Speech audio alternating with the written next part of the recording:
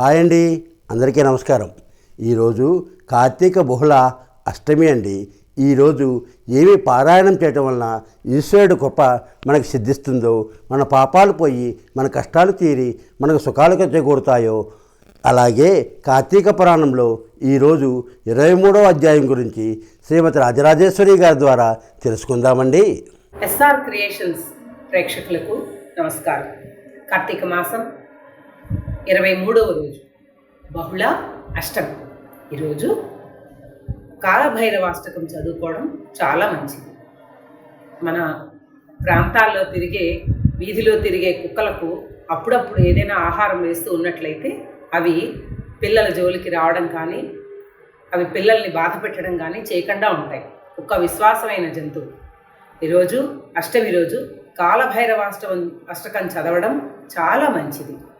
ఈరోజు కార్తీక పురాణంలో 23వ రోజు తెలుసుకుందాం. 23వ అధ్యాయాన్ని తెలుసుకుందాం. కార్తీక పురాణం 23వ అధ్యాయం. కావేరి యందు పురంజేయుడు కార్తీక వ్రతము చేయుట. అగస్త్యముని పలికెను. అత్రి మునీంద్ర, పురంజేయుడు యుద్ధమందు జయమొందిన తర్వాత ఏమి చేసెనో నాకు తెలియచెప్పము. అత్రి పలికెను.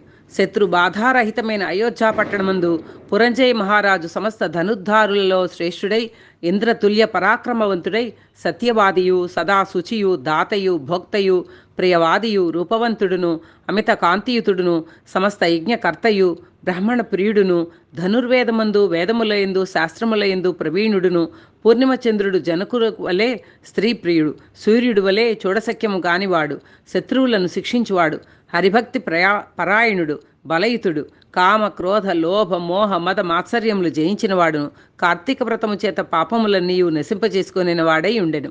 ఇట్లున్న పురంజయునకు విష్ణుసేవయందు బుద్ధి జనించి హరిని ఎట్లా ఆరాధింతును, ఏ దేశమందు, ఏ మాసమందు, ఏ క్షేత్రమందు సుఖముగా ఆరాధింతును ఇట్లని చింతించుచున్న రాజుకు ఆకాశవాణి ఇట్లనెను. ఓ పురంజయ, శీఘ్రముగా కావేరికి పొమ్ము.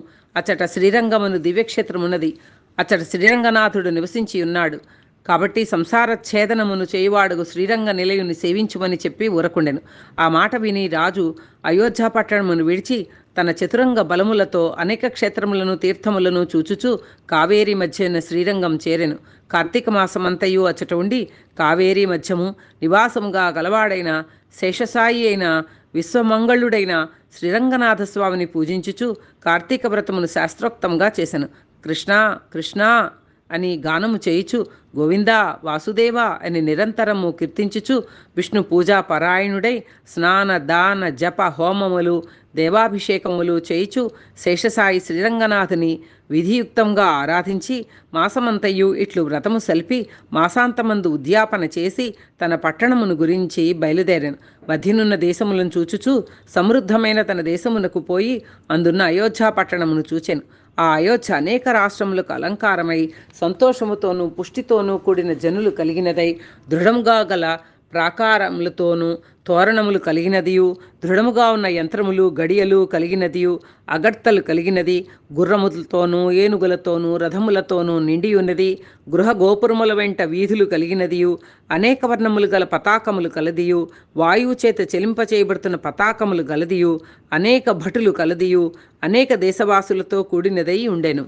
అచ్చట బ్రాహ్మణులు, సర్వశాస్త్రవేత్తలు, క్షత్రియులు, శత్రు సైన్య భేదకులు, వైశ్యులు, సర్వరత్నదాతలు, శూద్రులు, సర్వ సంపదలను అనుభవించువారు. అచ్చట స్త్రీలు సుందరులు, హంసల వలె ఏనుగుల వలె నడుచువారు, చెవుల వరకు ఉండు విశాల నేత్రములు గలవారు, సన్నని నడుము గలవారు, మంచి వస్త్రములు గలవారు, సమస్త భూషణ భూషితలుగా ఉండిరి. అచ్చటి వేశ్యలు సంగీతమందు నృత్యమందు నిపుణులు, సౌందర్యంతో లావణ్యంతో కూడి ఉన్నవారు, నిత్యము ఆనందయుక్తులు, మదోన్మత్తులు, సమస్త స్త్రీ గుణభూషితములై చూచుటలోనూ మాట్లాడులటలో బహునేర్పరులై సభలలోనూ రాజమార్గములలోనూ రచ్చలలోనూ ఆటలాడుచుండువారే ఉండిరి. అచ్చట కుల స్త్రీలు గుణవంతులై సర్వాభరణ భూషితలై పాతివ్రత్య పరాయణలై ఉండిరి. ఓ అగస్త్య మునీంద్ర, అచ్చటి మనుజులందరూ తమ తమ వర్ణాశ్రమ ధర్మముల యందు ఉండిరి. పురంజయుడిట్లున్న పట్టణమును చూచి సంతోషించెను.